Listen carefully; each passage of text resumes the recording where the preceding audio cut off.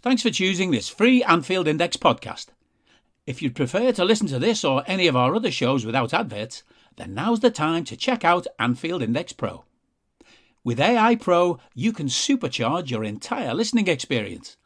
You'll not only get all of our podcasts without the ads, but you'll have them far faster with our quick publish feature available exclusively for subscribers. AI Pro also puts you in the heart of our sound studio, with an option to listen to many of our shows live and interact with the podcasters in real time as the shows are recording. Upgrading couldn't be easier.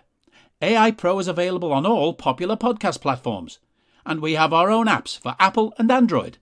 Just head on over to AnfieldIndexPro.com and get started today. Hello and welcome to the Daily Red, your lunchtime catch-up on all things Liverpool FC on a Friday before the last league game of the season. Liverpool take on Wolves on Sunday at Anfield with a chance to still win the Premier League. Now, it will require Manchester City dropping points at home to Aston Villa, which seems unlikely, but there's still a bit of hope. Regardless, we still have a Champions League final to come in a week's time. This weekend is important for a couple of reasons. This will be the last game at Anfield for Divock Origi. And it's worth emphasising how important he has been to Jurgen Klopp's Liverpool. You remember when Klopp took over and we had that run to the Europa League final, it was with Divock as the number 9. Sturridge was injured, Origi stepped in and scored big goals, was important in that run. Got the injury against Everton and struggled to really find his way back and was very much out of the picture, sent on loan.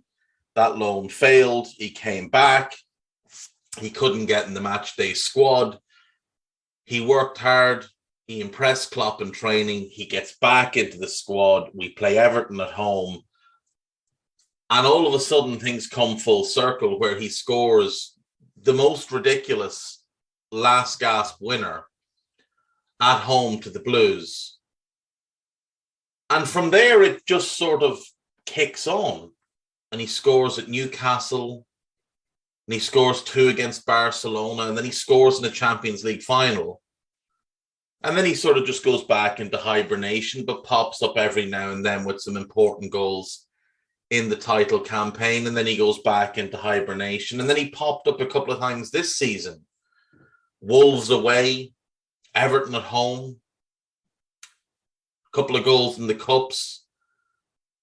Just doing what Divock does when he's needed. When the signal goes up in the sky, Divock appears. If he could be that guy week after week after week, there's not a chance he'd be leaving the club. He'd be our starting number 9 and the team would be built around him. But Divock's brilliance has always been moments when needed. And it looks like he'll go to AC Milan. And what a wonderful club for him to join, going from one European great to another. Milan team that will possibly have claimed the Serie A title and will be in the Champions League next season. It's a fitting place for Divock to go after his Liverpool career. It could also be the last game at Anfield for James Milner. His contract is up this summer. Thus far, there doesn't seem to be much movement on a new deal. He's talked about wanting to play more, so that would imply that he would leave.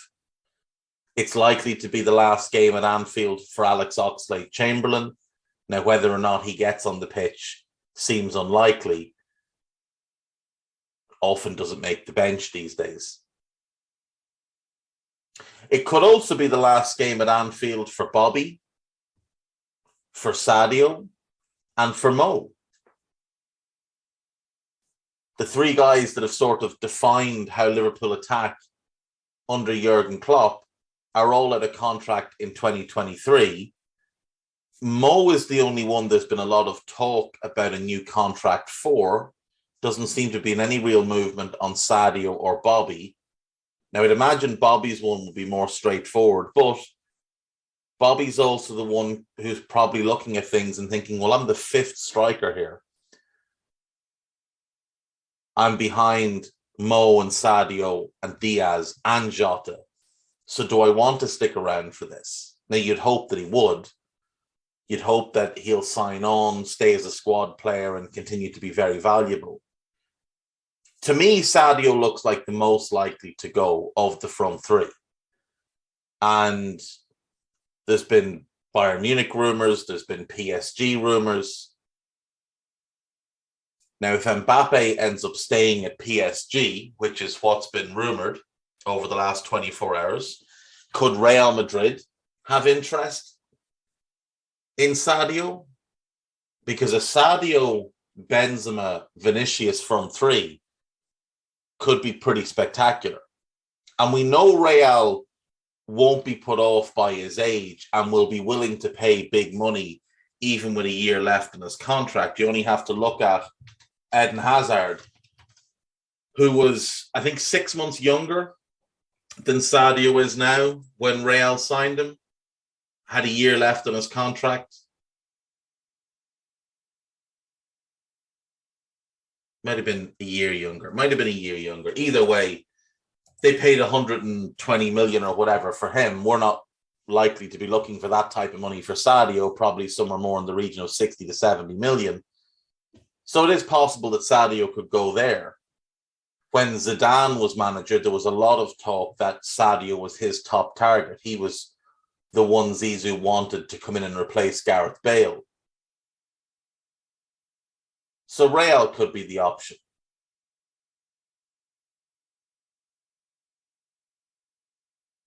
Kostas Tsimikas is another who could go this summer.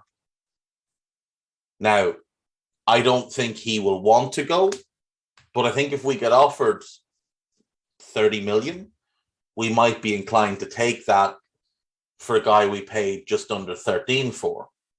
Now, he looks like the happiest man in the world at Liverpool, so it's probably less likely that he goes anywhere this summer. He probably stays put. Joe Gomez could go this summer. Now, he won't play this weekend, so he may well already have played his last game at Anfield. Again, with Joe, I think it'll be depending on if he asks to go, which is possible. I think it's more possible with Joe than with Kostas. And if there's a big offer. And I think it would take a big offer to get Gomez, because you're talking about, I believe, the best English centre-back. He's 24 years of age, turns 25 next week. Now, I know he's had the injury problems, but when you see mediocrity like Ben White going for 50 million with one season of Premier League experience under their belt, and Ben White, remember, is only 6 months younger than Joe Gomez. So it's not like he was a 20-year-old massive prospect. He was 23 at the time. I think it would cost somewhere in the region of about 50 million to take Joe Gomez from Liverpool. Now, Aston Villa are credited with interest. Spurs have been mentioned as having interest. Newcastle apparently have interest. A lot will depend on what Joe wants. If he chooses to leave, there should be no criticism of him, because he's lost a lot of his career already for multiple reasons. You know, you think back to when we signed him, and obviously he'd played at Charlton the year before. He had established himself somewhat as an important player there, played 1,664 minutes across 24 appearances. He joins Liverpool under Rodgers, starts the season at left back. Klopp takes over. He tears his ACL. He only played 618 minutes in 7 appearances that season. Then in 16-17, he only plays 945 minutes across 11 appearances. And only 3 of them, he played 270 first-team minutes across 3 appearances in the FA Cup because he had the Achilles issue. Came back from the knee, had the Achilles problem. Played a lot of Premier League too. The under 23s as it is now. 8 games, 675 minutes there, but only 270 at first team level. 17-18, then he sort of emerges a bit more, plays a lot of right back, plays some centre back, 2,463 minutes.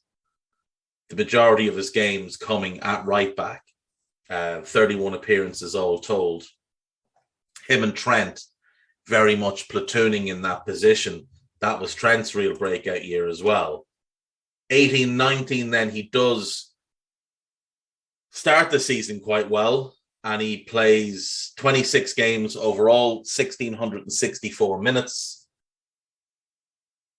But he gets hurt away to Burnley, and he ends up not starting the Champions League final that he probably would have started if he was fit. The 1920 title-winning season, he plays 3,289 minutes, 43 total appearances, establishes himself as the number one partner for Virgil van Dijk. And then last season, he plays 979 minutes. So only 2 seasons of his career, Joe Gomez has played over 2,000 minutes. 12 appearances last year. This season, he's made 21, but it's still only 1,036 minutes. Spot starts at centre-back, mostly at right-back, and some sub-appearances. For a guy who's been playing as long as Joe Gomez, and we are now 7 seasons into his Liverpool career, 8 into his senior career, including the year at Charlton, to have only played over 2,000 minutes twice is disappointing. And I do wonder if maybe he will look at things and say, I want to go and play more regularly. I need to play every week to start for England, which is what he should be doing.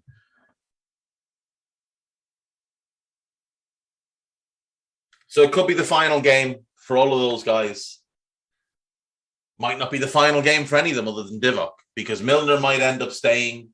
I think Ox is almost certainly gone. Sadio Mane, Mo Salah, and Bobby, who knows? Who knows what will happen with the 3 of them? And like I say, Gomez and Costas, it'll come down to offers and also the potential that they could ask out. The only other one then is maybe Taki, who might ask to go. He's proven he's too good for the limited role that he has at Liverpool. But if he's happy to stay another season and win a few more medals, maybe he sticks around.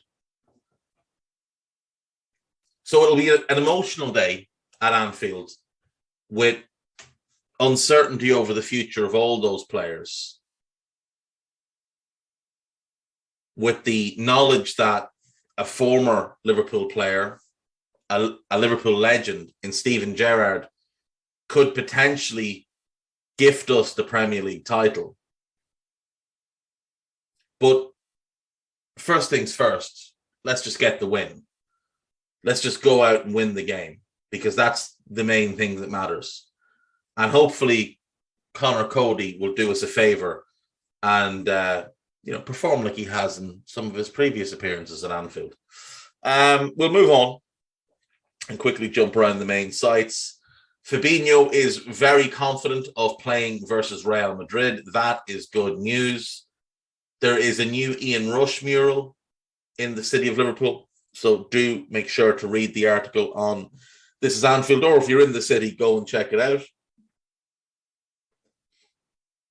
Liverpool have set a price tag of 17 million on Taki Minamino, according to David Lynch.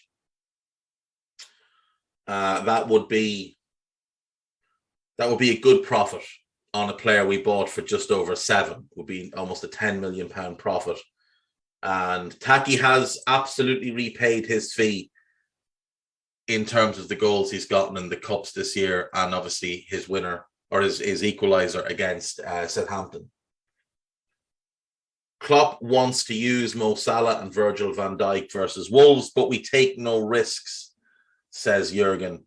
I think I think it's likely that they both start on the bench, and if the situation arises where the game is comfortable, maybe they come on for the last 25. It won't really make a big difference for Virgil, but for Mo, I think he'll want the minutes and he'll want the rhythm and he'll want the opportunity to score a goal as well, because Heung-min Son is one behind him in the Golden Boot, and they play Norwich, so you'd probably back Son to score at least one in that game.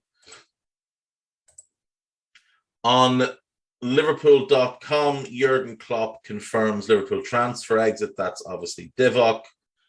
Liverpool eye 106 million Juventus man as next Neymar is on Jurgen Klopp transfer list. So the next Neymar is apparently Anthony from Ajax.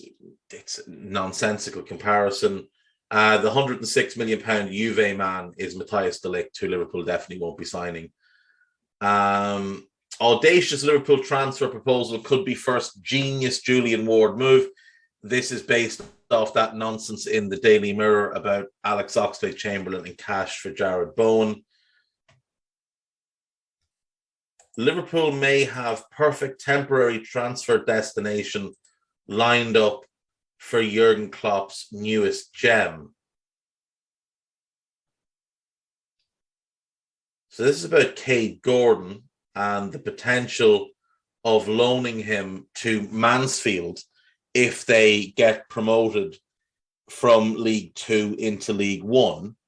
I don't think there's any small possibility of Cade Gordon going on loan next season. I think he will be brought along slowly and they'll continue to develop him in-house and as part of the first team squad, because he's a very, very special player, and I don't think they'll trust his development to anyone else at this point. Few of the bits and bobs there, but nothing really worth going into at the minute. AnfieldIndex.com, one last Steven Gerrard assist is the latest from the machine, Stephen Smith. Do check that out. Podcast-wise, there is a new minefield closing in on trophies. Alan and Andrew, brilliant as always. Do check that out. Myself and Carl did a scouted yesterday. We picked a bang average 11 from this Premier League season and also obviously talked about Wolves. And there is the latest Molby on the spot entitled The Dream is Alive. There will also be an Anfield Index podcast, which should be out today. There will likely be a rival recon as well. We'll have post-match Raw. After the Wolves game, there'll be the Nina Kauser show. After the Wolves game, then there'll be Rate, Don't Hate, and all the rest next week. It is worth pointing out the current outrage taking place on Anfield Index and lead you behind the curtain here. And I haven't been given the okay to do this, but Anfield Index are currently employing a criminal. And I feel it's important that you all know what's going on, because I mean, it's just not right for us to hide these things. Cam Branch is a terrorist, a criminal who needs to be taken away, locked into a room with a padded jacket where he can no longer harm himself. For those that haven't seen it, he's posting pictures of what he calls milky coke yesterday, which is exactly as disgusting as it sounds. It is milk mixed with coke, and it looks vile, it sounds vile, and what makes it worse, where the real terrorism arrives here, is it's the no caffeine, no sugar coke, not even going with the full fat variety. It is an outrage, and I, for one, will not stand to have this type of behavior associated with the brand of Anfield Index, so I'm leaving it for here. I'll see you Monday. Bye-bye. We hope you enjoyed listening to this Anfield Index show. Please be sure to subscribe to our channel so future podcasts find their way to your device automatically. There's nothing quite like fan engagement, and we'd love to know what you think of anything discussed on this show. The best way to get in touch is over on our free Discord community, where both podcasters and listeners debate the hottest LFC topics 24/7. Sign up free now at AnfieldIndex.com/Discord. You won't regret it. You can also follow us on Twitter at Anfield Index and find us on Facebook by searching for Anfield Index. Oh, and before you go, we'd love it if you could leave us a 5-star review on your favourite podcast app. It only takes a couple of seconds, and it means the world to the people who create these free shows.